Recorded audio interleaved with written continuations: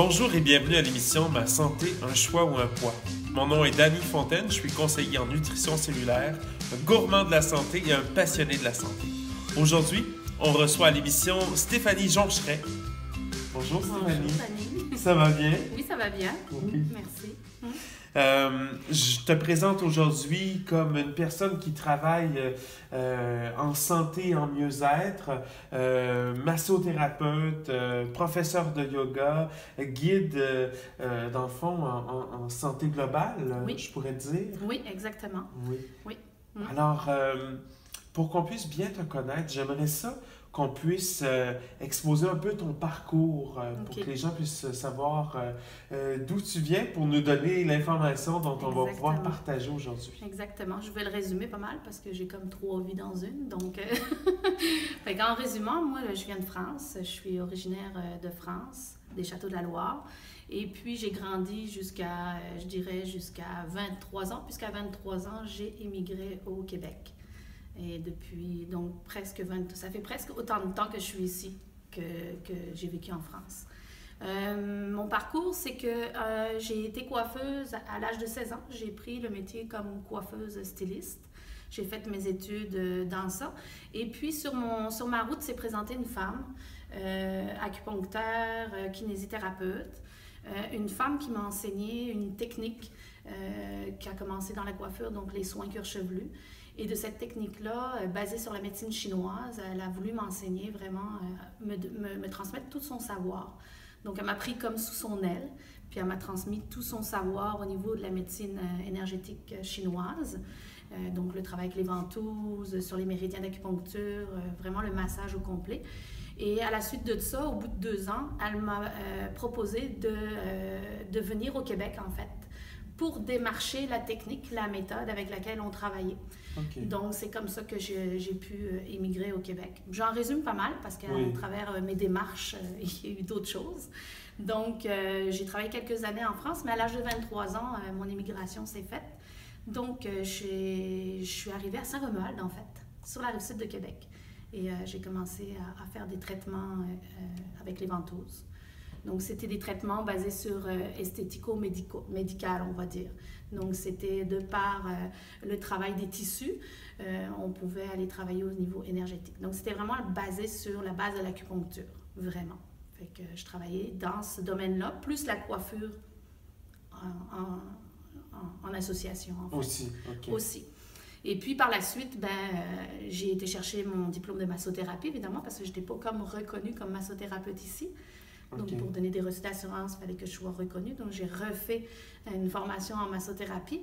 Par la suite de ça, j'ai été chercher beaucoup d'autres formations. Je vais résumer parce qu'il y en a eu beaucoup sur mon parcours, dont la réflexologie, réflexologue. Et puis, tout aussi le côté croissance personnelle. Donc, Emisync, entre autres, mais aussi avec une compagnie en nutrition cellulaire avec laquelle j'ai pu recevoir de la croissance personnelle quand même assez poussée avec des grands. Et puis, c'est ça. Puis par la suite, j'ai accouché de ma fille. C'est ce qui a fait que j'ai comme délaissé le travail de la coiffure pour vraiment me consacrer il y a maintenant 11 ans, vraiment au niveau des soins et de l'accompagnement. Et c'est à partir de là que ma route s'est comme un petit peu ouverte au niveau de mon accompagnement. Alors, c'est là que je suis devenue professeure de yoga. Après ça, j'ai plus été dans l'accompagnement de l'être, alors que j'étais quand même beaucoup dans le corps physique. Mais de par mes expériences personnelles aussi, dans ma vie personnelle, m'a amenée à pouvoir accompagner les autres et à me découvrir en tant que guide, en fait, que je suis depuis toute petite. Alors, c'est un parcours résumé. OK. Tu me disais aussi qu'il y avait une étape très importante dans ta vie qui a été l'arrivée de ta fille, qui a été un tournant marquant pour toi. Oui, tout à fait. En fait, je dis souvent que mon accouchement, qui n'a pas été un accouchement naturel d'ailleurs, qui a été une césarienne, un choix divin de mon enfant. Hein. C'est elle qui choisit comment arriver, qui se donne les outils nécessaires ou les épreuves nécessaires pour surmonter, pour vivre sa vie pleinement. Mais en fait, c'est l'accouchement. Moi, je dis souvent que cet accouchement-là m'a permis d'accoucher de toutes mes blessures, m'a ouvert comme une porte. Puis les enfants, ce sont des maîtres. Donc, ils viennent t'enseigner aussi. Et puis, c'est comme un miroir aussi. Ils viennent te donner un reflet. Alors, de par cette naissance-là, c'est sûr que moi, j'ai vécu le commencement d'une renaissance. On peut appeler ça comme ça. OK. Ouais, parce que j'avais 33 ans à l'époque, en plus. C'est comme l'âge du Christ. Hein? Oui. C'était pas voulu, là. Ça s'est pas fait exprès. Mais c'est ça. Fait que c'est vraiment, je pense, cet accouchement-là qui a fait que ça a vraiment... Puis un an auparavant, j'ai connu une compagnie en nutrition cellulaire aussi, qui m'a amené aussi à commencer ma détox, si je peux dire. Okay. Qui a commencé aussi à m'amener sur vraiment... je considère ça comme un véhicule, comme un outil qui m'a amené à vraiment aller sur le chemin de guérison. Là. Parce que même si j'étais thérapeute depuis l'âge de 20 ans, je disais beaucoup quoi faire aux gens, mais je ne faisais pas forcément ce que je disais. Okay. Mes babines ne suivaient pas forcément. Mes bottines ne suivaient pas mes babines. Tes babines. Mais c'est ça. Mais maintenant, c'est vraiment... je suis dans l'authenticité. Okay. J'étais authentique, mais pas... j'avais beaucoup de masques, beaucoup de blessures, alors... OK. Donc, ce tournant très important t'a amené à pouvoir faire en sorte qu'on se pose la question aujourd'hui, comment bien vivre dans son corps? Oui, effectivement. Et on parlait en même temps, juste avant l'émission, que de bien être ou de bien vivre dans son corps, c'est aussi considérer son corps spirituel. Exactement. En fait, moi, j'aime accompagner les gens dans tout leur corps. Quand ils viennent me voir, souvent, ils viennent par le biais de la massothérapie ou par le biais du yoga. OK. Alors, parce que maintenant, je suis enseignante de yoga. Et c'est justement cette corde-là, une de mes dernières cordes que j'ai été chercher justement pour aller dans ce côté un peu plus, on va dire, spirituel, que j'ai toujours été depuis toute petite. Mais j'étais restée beaucoup dans le corps physique. Et puis après ça, j'ai évolué au niveau du corps émotionnel, énergétique et spirituel maintenant.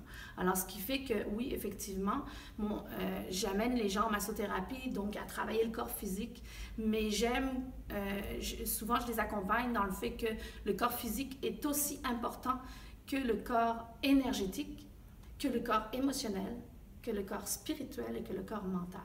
Ce sont des corps qui vont travailler ensemble et puis c'est de les nourrir adéquatement pour qu'ils puissent être en équilibre, en harmonie en fait, parce que l'équilibre, on tend toujours vers. Ouais. Hein, on n'est jamais en équilibre, on est toujours à la recherche de l'équilibre. C'est le yin et le yang, hein, oui. C'est toujours... alors, c'est surtout en harmonie, pour que tous ces corps vivent en harmonie, puis qu'on puisse être bien dans sa peau et dans son esprit, dans son être. Alors, en allant nourrir tous ces corps, en allant travailler sur tous ces corps, on arrive à avoir une certaine harmonie. Je trouve ça super intéressant qu'on puisse te recevoir à l'émission aujourd'hui parce que pour moi, le volet spirituel est très important. Ça a fait partie de mon parcours et ça a une influence aussi sur mes choix personnels, sur ce que je fais dans la vie et sur ma façon aussi d'accompagner les gens. Donc, le titre de l'émission, Ma santé, un choix ou un poids. Donc, plusieurs émissions, on va parler de la gestion du poids. La gestion du poids, il y a aussi le poids émotif, il y a aussi le poids mental, énergétique, etc. Donc, de quelle façon on peut prendre soin de tous nos corps? Exact, c'est une bonne question. En fait, premièrement, son corps physique. Alors, d'apporter une nourriture adéquate. Alors, on sait que maintenant, notre nourriture est quand même très désuète au niveau... les nutriments. Au niveau nutriments, mais aussi au niveau énergétique, fréquence. Oui. Alors, c'est une chose quand même assez importante. Alors, de faire des bons choix alimentaires. Et puis aussi d'aller supporter en nutrition. Moi, je trouve que c'est la base pour amener ce qui manque. parce qu'on n'est pas tous des scientifiques, on ne le sait pas. Fait qu'au moins, ça nous amène un plus. Oui. Et ça, c'est de nourrir le corps physique, mais le corps physique, on le nourrit aussi, pas juste d'alimentation, on le nourrit aussi de par le toucher. Et ça, c'est super important, parce que je rencontre des gens souvent qui vont être dans l'isolement. Il y a beaucoup de solitude dans l'être. Je rencontre beaucoup de gens actuellement qui se sentent seuls, dans l'isolement. Et ils viennent en massothérapie souvent parce qu'ils ont envie de revenir au toucher. Et ça, c'est très important parce que c'est par la tendresse, le toucher, c'est quelque chose qui nous amène à pouvoir vraiment nous relier à soi aussi. Oui. Hein, parce qu'on oublie notre corps. Effectivement. Souvent, on n'est pas dedans, on est comme tellement dans le mental, puis la société nous fait aller tellement vite qu'on oublie ce corps physique. Je ne parle pas du côté superficiel de beauté, je parle vraiment du côté de prendre conscience de son corps physique, de réaliser, d'accueillir ses douleurs. Parce que souvent, on nie nos douleurs, c'est-à-dire qu'on les reconnaît lorsque ça devient insupportable. Mm-hmm. On a perdu cette sensibilité avec la reconnaissance de ce que notre corps va nous parler, va nous communiquer, de par notre mal-être, c'est-à-dire aussi bien au niveau mental qu'émotionnel. Alors, oui, c'est important de le nourrir adéquatement. Alors, alimentaire, nutritionnel et le toucher. Oui. On a beaucoup de fuites, hein, l'être humain. Puis, une des premières choses qu'on va fuir, je crois, hein, je ne base pas ça sur des faits scientifiques, mais une des premières choses qu'on va fuir, ça va être notre ressenti physique. Tout à fait. Et je donne comme exemple, quand j'ai choisi le célibat consacré dans une certaine période dans ma vie, la massothérapie était très importante parce que même si je choisissais le célibat, j'avais besoin d'être touché. Oui. En fait, c'est le premier geste que reçoit l'enfant quand on l'accueille. La première chose qu'il a, bien, il y a l'odeur, mais c'est des sens super importants, des sens physiques, l'ouïe, la vue, l'odorat, mais le toucher. C'est par là que passe l'affection. C'est par là que passe le relationnel aussi. C'est par le toucher. Alors, quand il n'y a pas de toucher, c'est vide. Il manque quelque chose. Alors, ouais. L'accompagnement se fait par le toucher aussi, entre autres. Et on a parlé comment prendre soin des différents corps. Alors ça, c'est le corps physique. Par le corps émotionnel, moi, c'est mon dada, on va dire, parce que je suis un être émotionnel très coloré. Oui. Je parle souvent de l'arc-en-ciel des émotions. J'aime beaucoup l'arc-en-ciel. C'est comme ma petite marque, on va dire. Parce qu'on est des êtres humains. Et par le fait même, on est des êtres émotionnels, profondément émotionnels. Oui. Alors, c'est d'accueillir ces émotions, qu'elles soient bonnes ou moins bonnes. J'aime pas parler d'émotions négatives, parce qu'il n'y a aucune émotion qui sont négatives. En médecine chinoise, chaque émotion est répertoriée dans chaque élément. Exemple, le foie, la colère. L'estomac, rate, ça va être les soucis, la réflexion, le ressassement. Les reins et la vessie, c'est la peur. Le cœur, ça va être la joie. Alors, et puis la tristesse, le gros intestin et les poumons. Ça, c'est général. Dans ces éléments-là, dans ces émotions-là, souvent on me dit, ouais, mais là, on peut-tu, au lieu de dire la tristesse, on peut-tu nommer d'autres émotions qui sont positives? Non. On ne peut pas. Pourquoi? Ben, j'aime ça dire ça parce que c'est pas négatif. En fait, je pense que c'est peut-être plus ce qu'on en fait qui peut être négatif. Exactement. D'abord, il faut savoir qu'une émotion, quand on la reçoit, ça dure 30 secondes et ça s'en va. Mais parce que les émotions sont un outil. Mm-hmm. Chaque corps est un outil pour cheminer dans la vie, pour faire notre chemin de lumière, pour faire notre chemin de guérison. On est toutes là pour faire l'expérience dans la chair, sur Terre. Alors, les émotions, c'est un outil, comme le mental est un outil aussi. Alors, c'est de les maîtriser, c'est d'avoir la maîtrise sur ces corps pour pouvoir être bien et être en contact avec soi. Donc, les émotions, quand il y a de la colère, c'est de l'accueillir. Et de par la colère, elle est là pour transformer. Elle est là pour nous amener à passer à l'action. Mais souvent, la colère est réprimée, non exprimée, non accueillie. Et elle va aller se loger, évidemment, sur les organes maîtres, donc le foie, la vésicule biliaire, entre autres. Puis après ça, ben, ça crée un déséquilibre. L'harmonie que je parlais tantôt, c'est quand on est en maîtrise de tout ça, quand on nourrit tous nos corps adéquatement, ben, c'est là qu'on va créer une harmonie. Donc, pour nourrir le corps émotionnel, moi, j'utilise des outils et il y a des moyens aussi qu'on peut aller chercher. Alors, la respiration, c'est la base de toute démarche pour être bien avec soi, dans son corps et dans son esprit. C'est par la respiration qu'on va faire le lien entre le corps et l'esprit. C'est par la respiration qu'on va aller prendre conscience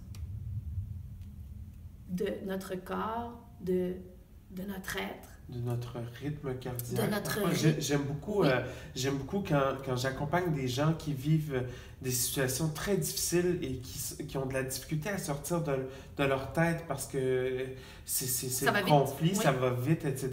J'aime beaucoup leur donner le simple outil respirer profondément. La cohérence cardiaque. Oui, aussi, parce qu'il y a plusieurs... On peut aller dans plusieurs techniques. Il y a plein d'outils, mais celle-là est très accessible pour tous. Exactement. Donc, mais il y en fait, ce que j'aime dire, c'est que les gens oublient de respirer quand ils vivent des moments stressants, des chocs émotionnels. C'est comme un réflexe de... Oui. Puis on respire déjà, pas forcément très profondément. Alors souvent, oui, la cohérence cardiaque, mais le simple fait d'arrêter, d'inspirer le plus profondément, le plus lentement possible et de le faire avec conscience. Et avec le ventre. Et avec le automatiquement, le corps, c'est un automatisme. Si on le fait vraiment régulièrement, il y a vraiment, le corps va se souvenir et à chaque fois qu'on va amener cette respiration-là, tout de suite, il va y avoir un message qui va se faire et ça va amener le corps au calme. Et le mental. Et les émotions. Ah oui. Et c'est par le calme et puis je dirais le silence, la respiration va nous connecter et c'est comme ça qu'on peut aller vraiment prendre contact et vraiment aller dans l'être profond. Fait que ça, c'est une nourriture. Je travaille avec les essences d'arbres aussi vibratoires. Les arbres, pour moi, sont nos frères. Ce sont des êtres vivants qui sont sur Terre vraiment pour nous accompagner. Mais aussi, c'est grâce à eux qu'on est là, parce que s'il n'y avait pas d'arbres, il n'y aurait pas de vie. On aurait de la difficulté à respirer. On aurait pas mal de difficultés. Alors, moi, je trouve que ce sont des êtres sacrés. J'ai eu la chance de connaître un outil qui était fait à partir de vibrations d'arbres. Alors, je les utilise beaucoup pour accompagner les gens. Mais, de par le fait même, je les incite énormément à aller vraiment faire des marches en nature, en forêt, proche de l'eau aussi, de s'entourer vraiment des éléments de la nature. Parce que c'est vraiment par la nature qu'on va pouvoir vraiment aller se ressourcer. Oui. Quand on dit que la nature ressource, c'est vraiment les mots exacts. Les mots sont exacts. Oui, c'est très spirituel. Quand quelqu'un me dit c'est quoi la spiritualité, la première chose que je vais dire, c'est va prendre une marche dans la nature. Exact. Déconnecte-toi de tout ce qui est Internet et connecte-toi avec la nature. Va juste respirer dans la nature. Va juste t'installer sur le bord d'un lac ou de l'eau, d'un cours d'eau, d'une rivière. Prends contact avec la nature, tu vas automatiquement toucher à ta spiritualité. Tout à fait. Puis cette nature qui est sur Terre, les arbres, ont la capacité vraiment d'augmenter notre fréquence.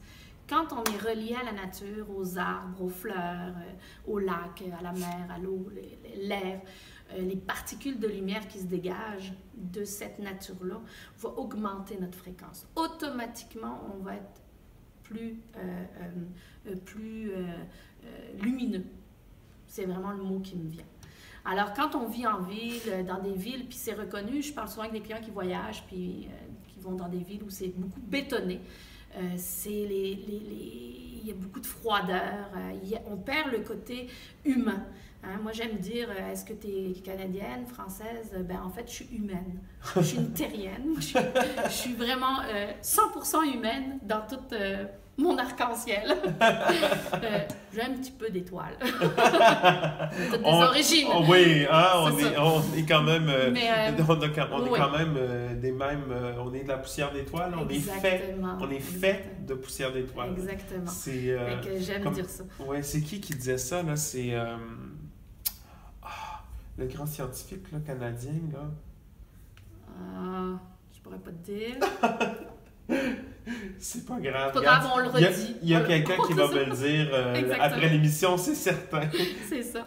Fait que c'est ça. Fait que c'est une nourriture émotionnelle aussi. Et spirituelle. C'est sûr que quand on va nourrir un corps, je dis émotionnel, mais il va nourrir aussi tous les autres corps par le fait même. Oui. Automatiquement. Le corps mental, ben, c'est... par le fait même, c'est spirituel, on va nourrir le cœur, mais c'est la gratitude, c'est les pensées positives. Puis quand je dis ça, là, je parle pas de pensées positives. On se regarde dans le miroir, puis on n'est vraiment pas en forme, et puis on se trouve pas belle, puis on dit « je suis belle, je suis fine, je suis capable ». C'est pas ça, là. Non, c'est pas ce côté-là, parce que là, on se ment à soi-même, on n'est pas authentique. Ouais, c'est pas du brainwashage là, de positif. C'est de reconnaître le positif qui est présent. Exactement. C'est-à-dire d'aller porter notre regard où c'est le mieux. C'est-à-dire, parce que tout dépend où on porte notre regard dans la vie.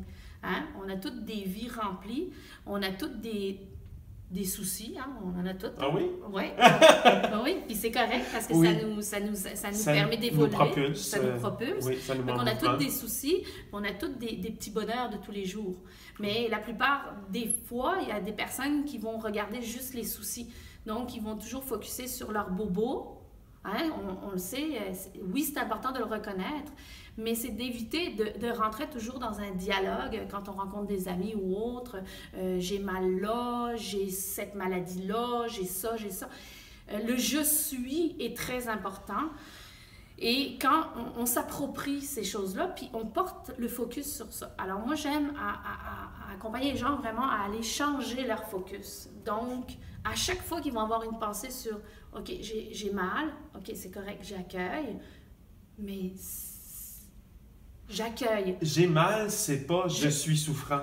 Exactement. Ouais. Donc, je vais changer mon regard, puis je vais aller plus dans la gratitude et je vais aller tout de suite voir, bon, aujourd'hui ou à ce moment même, waouh, le ciel est donc bien beau, le coucher de soleil, ou je suis en gratitude pour le jumelé que j'ai, exemple, ou je suis en gratitude pour la belle fille que j'ai, l'enfant qui est avec moi, c'est une étoile, c'est un maître. Ouais. Alors, c'est d'être toujours dans cette gratitude-là pour vraiment... Alors, c'est là où on porte notre focus. Au niveau mental, c'est très important. Et la respiration aussi, de par le fait même, puisque on calme. Alors, c'est vraiment de porter notre regard sur des choses qui sont amour, qui sont lumineuses, qui vont nourrir, qui vont venir nourrir. Alors, on dit la petite histoire du loup blanc et du loup noir, hein, lequel on nourrit. C'est l'histoire du loup blanc et du loup noir. Mais c'est un peu ça. C'est pas un peu ça, c'est ça. Alors, on va nourrir beaucoup la lumière. On nourrit la lumière. Okay. On se nourrit. Alors, les lectures, les films, la télé, tout ce qui est visuel va direct. Hein? Donc, choisir, hein, à ce moment-là. Exactement. C'est pour ça que le titre de ton émission, c'est « La santé est un choix ».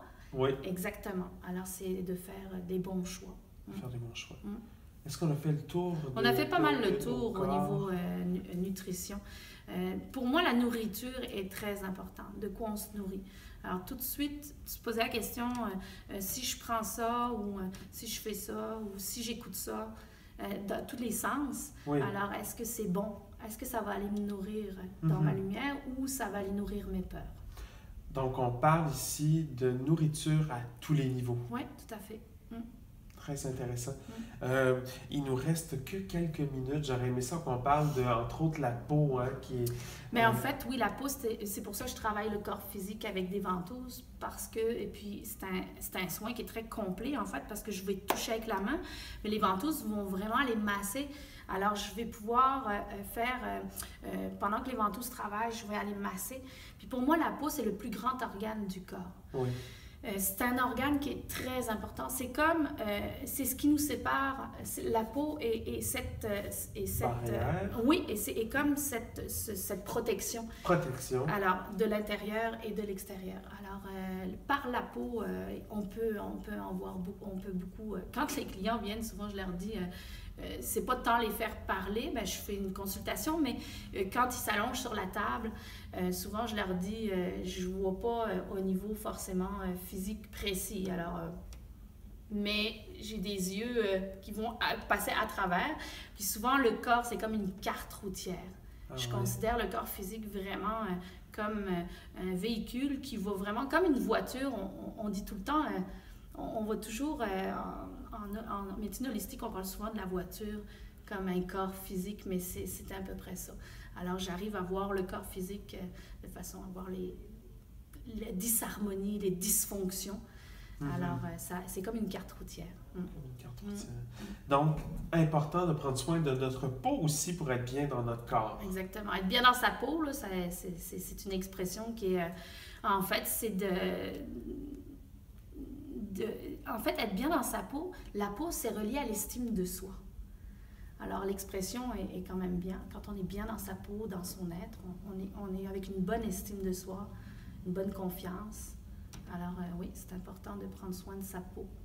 Le toucher, bien le reconnaître, parce que c'est notre véhicule qui nous sert à cheminer. En conclusion, est-ce que on peut se rappeler les clés essentielles dont on a parlé? Oui. Donc, en fait, les grandes clés, et puis je ne suis pas la seule à dire, il y en a beaucoup qui vont redire les mêmes clés, mais c'est les bases essentielles. La respiration. C'est une clé. En yoga, j'accompagne énormément les gens dans la respiration, puis en soins aussi. Je dirais le contact avec la nature. Très important. Même si vous n'allez pas bien, vous vous sentez isolé ou vous voulez rester chez vous, sortez dans la nature. C'est une autre clé. La nourriture, qu'est-ce qu'on mange? De quoi on se nourrit? Troisième clé, l'alimentation. Et puis, je dirais la gratitude, pour en dire une autre, avec la foi. La foi. La confiance. Oui. Plus loin que juste faire confiance. Oui, la foi. Avoir la foi. Ça, c'est une grande clé. Stéphanie Joncherin, merci beaucoup pour ta générosité. Et j'aime bien terminer l'émission en souhaitant à mes invités bon succès et bonne santé. Merci, Daniel. Merci beaucoup.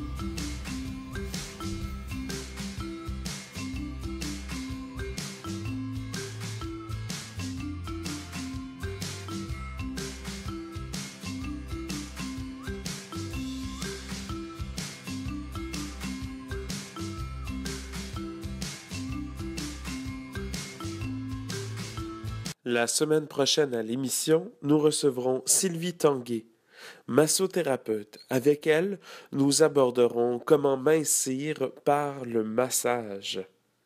C'est un rendez-vous la semaine prochaine à l'émission Ma santé, un choix ou un poids.